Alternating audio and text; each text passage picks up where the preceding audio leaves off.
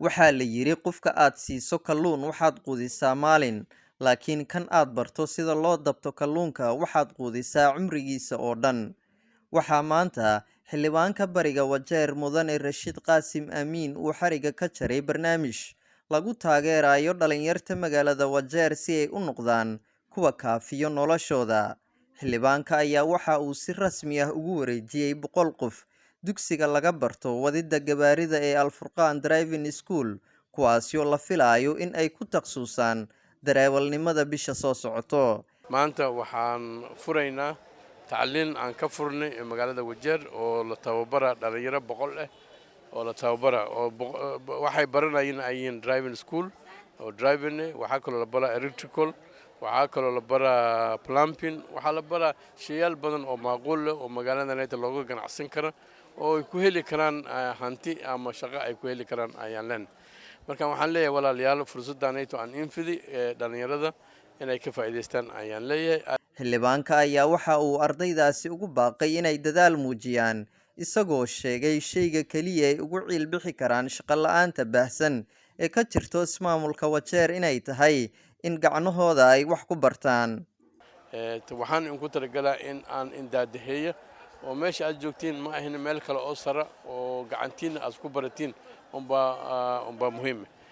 waxaa la yiri gacantaada umba ku deeqta wixii gacantaada iyo ilaahay umba dad deeqi kara gacantaada waxaa la yiri Soomaalidu waxay tiri sabac biyaha sacbadaada ayaa looga dhirgaa gacanahaada wixii ku jiro umba looga dhiri kara wax kale oo nin kale jeebkiisa ku jiro oo ku anfaca ma jiraan wixii ku anfaca waxa waaye wixii gacantaada ku jiro wixii gacantaada aad baratay wixii gacantaada aad ku soo ridisay oo dib ahayn umba ku anfaca. magacaygu saddexaadna Cabdi Xuseen Cabdi la yiraahdo waxaan maanta meeshan iskugu imaanay aan fursad ka helnay in imbiga Rashiid Qaasim Amiin wajiha East inaan meeshan ku kulannay annaga macallimiinta iyo ardayda fursadaas inoo masaamaxday muddo badan laga soo shaqeynayay imbiga inaas nala hadlo yiri arday ayaan rabaa gacantooda inay wax barato oo dhan walba ka kooban wajiha East ardaydaasaan rabnaa inaad wax bartaan annagana aan aad ugu farxnay ardaydina waqtigii ay noo imaaday waqti dhow ay noo imaaday waxbarashadana u socoto driving schoolka.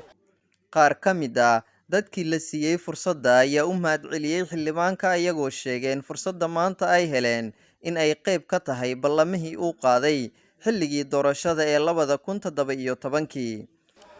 waxaan ka mid ahay ardayda meeshan Al-Macruuf Driving School wax ka baranaysan ka mid ahay ilaahay baa mahad iska leh meeshan uu wada kulmiyay 100 arday oo Wajeer East ka kooban 4 constituencies laga soo xulay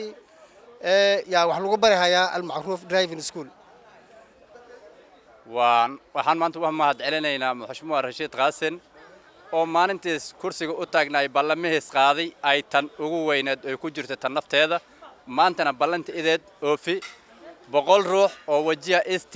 ka imaadi oo qabiil kasta ayaa iska dhex muuqda maanta Al-Macruuf wax nagula barahayo. Xasan Nuur Ilmoge, Asal Media, Countiga Wajeer.